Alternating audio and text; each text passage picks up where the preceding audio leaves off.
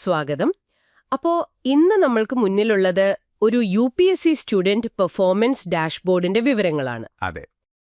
ഇത്രയും വലിയൊരു പരീക്ഷയ്ക്ക്, അതായത് UPSCക്കൊക്കെ തയ്യാറെടുക്കുമ്പോൾ പലപ്പോഴും ഒരു ദിശാബോധം കിട്ടാൻ പാടാണ്. നമ്മൾ എവിടെ എത്തി, ഇനി എന്ത് എന്നൊക്കെ. ശരിയാണ്. അതൊരു വലിയ വെല്ലുവിളി തന്നെയാണ്. അപ്പോ ഈ ഡാഷ്ബോർഡ് അല്ലെങ്കിൽ ഈ ടൂൾ ആ യാത്രയിൽ എത്രത്തോളം സഹായിക്കും, അല്ലെങ്കിൽ പഠന രീതിയെ മാറ്റാൻ ഇത് ഉപകരിക്കുമോ എന്ന് നമുക്കൊന്ന് വിശദമായി നോക്കാം. തീർച്ചയായും നോക്കാം.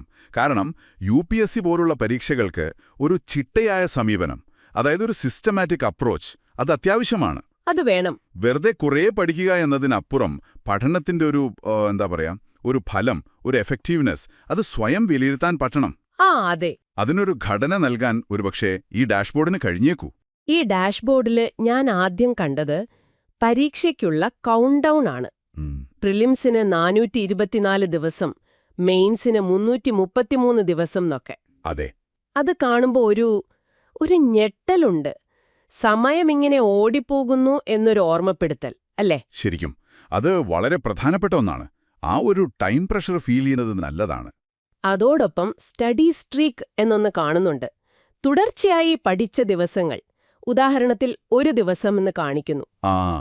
അത് നല്ലൊരു ഫീച്ചറാണ്. ഒരു ഗെയിമിഫിക്കേഷൻ പോലെ. അതെ. അതൊരു ചെറിയ കാര്യമാണെന്ന് തോന്നാം, പക്ഷേ ദിവസവും പഠിക്കാൻ ഒരു ചെറിയ തള്ളു തരും. ഒരു മോട്ടിവേഷൻ. അതെ. ഒരു ദിവസം മുടങ്ങിയാൽ അത് പൂജ്യമാകും. അപ്പോൾ ആ ഒരു കണ്ടിന്യൂറ്റി, അത് നിലനിർത്താൻ നമ്മളൊരു ശ്രമം നടത്തും. ശരിയാണ്. കൊള്ളാം. ഇനി പെർഫോമൻസിലേക്ക് വന്നാൽ 2 പ്രധാനപ്പെട്ട മെട്രിക്സ് ഉണ്ട്. Overall PYQ accuracy 47.8%.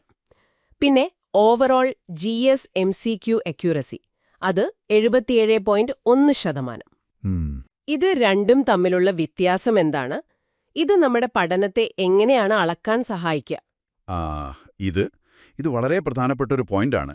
PYQ, അതായത് മുൻവർഷ ചോദ്യങ്ങൾ, അത് നമ്മൾ സാധാരണ ചെയ്യുന്നത് നമ്മുടെ ഒരു ഓവറോൾ ലെവൽ അറിയാനാണ്. ഓക്കെ. പല വിഷയങ്ങളിൽ നിന്നുള്ള ചോദ്യങ്ങളാവാം. അപ്പോൾ ആ 47.8% എന്ന് പറയുന്നത് നിങ്ങളുടെ ഇപ്പോഴത്തെ ഒരു ബേസ് ലൈനാണ്. റൈറ്റ്. എന്നാൽ GS MCQ അക്യുറസി, ആ 77.1%, അതങ്ങനെയല്ല. അത് നിങ്ങൾ ഒരു പ്രത്യേക വിഷയം, ഇപ്പോൾ ഹിസ്റ്ററി അല്ലെങ്കിൽ പോളിറ്റി, അത് പഠിച്ചതിന് ശേഷം അതിൽ നിന്ന് ചെയ്യുന്ന ചോദ്യങ്ങളിലെ കൃത്യതയാണ്. മനസ്സിലായി. അപ്പോൾ സ്വാഭാവികമായും ഒരു വിഷയം പഠിച്ചു കഴിഞ്ഞാൽ അതിലെ ചോദ്യങ്ങളിൽ കൂടുതൽ മാർക്ക് കിട്ടണമല്ലേ? തീർച്ചയായും. അതുകൊണ്ട് എപ്പോഴും ഈ GS MCQ അക്യുറസി PYQ അക്യുറസിയേക്കാളും വളരെ കൂടുതലായിരിക്കണം. ഒരു ടാർജറ്റ് വെക്കുകയാണെങ്കിൽ ഒരു 70% മുകളിലെങ്കിലും അത് മിനിമം വരണം. അതുപോലെ കഴിഞ്ഞ 7 ദിവസം ഓരോ വിഷയത്തിനും എത്ര സമയം കൊടുത്തു എന്ന് കാണിക്കുന്ന ഒരു ടൈം അലോക്കേഷൻ ചാർട്ടും. ഇതൊക്കെ പെട്ടെന്ന് കാര്യങ്ങൾ മനസ്സിലാക്കാൻ നല്ലതാണ്. ശരിയാണ്. ഒറ്റ നോട്ടത്തിൽ നമ്മുടെ പുരോഗതി, എവിടെയാണ് സമയം കൂടുതൽ പോകുന്നത്, എവിടെ കുറവ് എന്നൊക്കെ അറിയാം. പോർഷൻ കംപ്ലീഷനും ഒരു കോൺഫിഡൻസ് തരും. അതെ.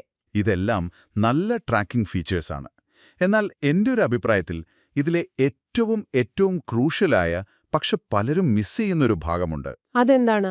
അത് നമ്മൾ തെറ്റിക്കുന്ന MCQകളുണ്ടല്ലോ, അതിൻ്റെ ഒരു ആഴത്തിലുള്ള വിശകലനം. ഓഹോ.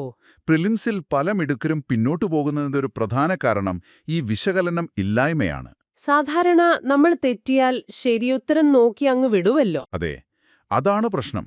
ശരിയുത്തരം നോക്കുന്നതുകൊണ്ട് മാത്രം കാര്യമില്ല. പിന്നെ എന്ത് ചെയ്യണം? നമ്മൾ ചോദിക്കേണ്ടത് എന്തുകൊണ്ട് എനിക്ക് ഈ ഉത്തരം തെറ്റി എന്നാണ്. പലരും ഡാഷ്ബോർഡ് ഉപയോഗിക്കുന്നത് മാർക്ക് ട്രാക്ക് ചെയ്യാൻ മാത്രമാണ്. പക്ഷേ യഥാർത്ഥ ഇംപ്രൂവ്മെന്റ് വരുന്നത് എവിടെയാണ് തെറ്റുന്നത്, എങ്ങനെയുള്ള തെറ്റാണ് വരുന്നത് എന്ന് തിരിച്ചറിഞ്ഞ് അത് തിരുത്തുമ്പോഴാണ്. ശരിയാണ്. അതാണ് ഈ വിശകലനം. അപ്പോ ഓരോ തെറ്റിനും കാരണം കണ്ടെത്തണം. എന്തൊക്കെ ടൈപ്പ് തെറ്റുകളാണ് സാധാരണ വരാറ്? പ്രധാനമായിട്ടും ഒരു 3 കാറ്റഗറി ആയിട്ട് തിരിക്കാം. ഓക്കെ. ഒന്ന് സില്ലി മിസ്റ്റേക്സ്, അതായത് നിസ്സാരമായ തെറ്റുകൾ. ഉദാഹരണം? ചോദ്യം ശ്രദ്ധിച്ചു വായിച്ചില്ല, നോട്ട് കറക്റ്റ് എന്നത് കറക്റ്റ് എന്ന് വായിച്ചു, അല്ലെങ്കിൽ ഓപ്ഷൻ മാർക്ക് ചെയ്തപ്പോൾ മാറിപ്പോയി, അങ്ങനെയുള്ള കാര്യങ്ങൾ. ഇതിന് കാരണം അറിവില്ലായ്മയല്ല, ശ്രദ്ധക്കുറവാണ്. ശരി. രണ്ടാമത്തേതോ? 2, ലാക്ക് ഓഫ് നോളജ്, അതായത് അറിവില്ലായ്മ. ആ ചോദ്യം വന്ന ഭാഗം നിങ്ങൾക്കറിയില്ല, അല്ലെങ്കിൽ പഠിച്ചത് ഓർമ്മയില്ല. ഇത് പരിഹരിക്കാൻ ആ ഭാഗം ഒന്നുകൂടി പഠിക്കുകയോ റിവൈസ് ചെയ്യുകയോ വേണം. ഓക്കെ. മൂന്നാമത്തെ കാരണം? മൂന്നാമത്തേത് എലിമിനേഷൻ സ്കില്ലിലെ പ്രശ്നം. അതായത് ചിലപ്പോൾ ഡയറക്റ്റ് ഉത്തരം അറിയില്ലായിരിക്കാം, പക്ഷേ ഓപ്ഷൻസ് ഒഴിവാക്കി ശരി ഉത്തരത്തിലെത്താൻ ഒരു കഴിവുണ്ട്. ആ, എലിമിനേഷൻ ടെക്നിക്. അതെ, ആ ടെക്നിക്ക് ഉപയോഗിക്കുന്നതിൽ വരുന്ന പിഴവുകൾ. ചിലപ്പോൾ തെറ്റായ ഓപ്ഷൻ ഒഴിവാക്കാൻ പറ്റിയില്ല, അല്ലെങ്കിൽ തെറ്റായി ഒഴിവാക്കി. അതാണ് മൂന്നാമത്തെ കാറ്റഗറി. ഓക്കെ. അപ്പൊ ഇങ്ങനെ തെറ്റുകളെ തരംതിരിക്കുന്നതുകൊണ്ട് എന്താണ് ഗുണം? എന്തിനാണ് ഈ തരംതിരിവ്? നല്ല ചോദ്യം. ഗുണമെന്താണെന്ന് വെച്ചാൽ, ഇപ്പോൾ നിങ്ങളുടെ കൂടുതൽ തെറ്റുകളും സില്ലി മിസ്റ്റേക്സ് ആണെന്ന് കരുതുക. ശരി. അപ്പോ നിങ്ങളുടെ പ്രശ്നം കൂടുതൽ പഠിക്കുന്നതിലല്ല, മറിച്ച് പരീക്ഷ എഴുതുമ്പോൾ കൂടുതൽ ശ്രദ്ധ കൊടുക്കുന്നതിലാണ്. അതിന് ചിലപ്പോൾ മെഡിറ്റേഷനോ കൂടുതൽ പ്രാക്ടീസോ ഒക്കെ ആവും പരിഹാരം. ആ, അത് ശരിയാണ്.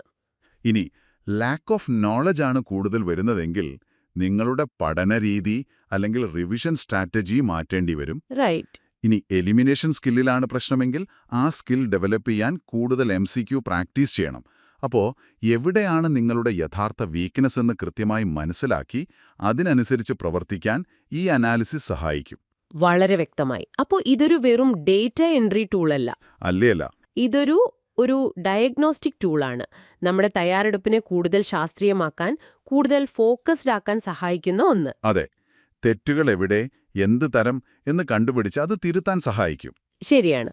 അപ്പോൾ ഇന്നത്തെ ഈ വിശകലനം വളരെ ഉപകാരപ്രദമായി എന്ന് കരുതുന്നു. ഒരു കാര്യം കൂടി ഞാൻ കൂട്ടിച്ചേർക്കട്ടെ, ഒരു ചിന്തയ്ക്ക് വേണ്ടി. തീർച്ചയായും. നമ്മൾ എന്ത് പഠിക്കുന്നു എന്ന് ട്രാക്ക് ചെയ്യുന്നതിനൊപ്പം നമ്മൾ എങ്ങനെ പഠിക്കുന്നു, എന്തുകൊണ്ട് തെറ്റുകൾ വരുത്തുന്നു എന്ന് എത്രത്തോളം ആഴത്തിൽ ചിന്തിക്കുന്നുണ്ട്. ഒരുപക്ഷേ ഈയൊരു രീതി, തെറ്റുകളെ ഇങ്ങനെ തരംതിരിച്ച് കാരണം കണ്ടെത്തി പരിഹരിക്കുന്ന ഈയൊരു ചിട്ടയായ സ്വയം വിലയിരുത്തൽ, ഇത് പഠനത്തിൽ മാത്രമല്ല, നമ്മൾ പുതിയ എന്ത് കഴിവ് നേടാൻ ശ്രമിക്കുമ്പോഴും പ്രയോഗിച്ചാൽ അവിടെയും ഇതുപോലത്തെ വലിയ മാറ്റങ്ങൾ കൊണ്ടുവരാൻ സാധിക്കില്ലേ? അതൊന്ന് ആലോചിച്ചു നോക്കുന്നത് നല്ലതാണ്.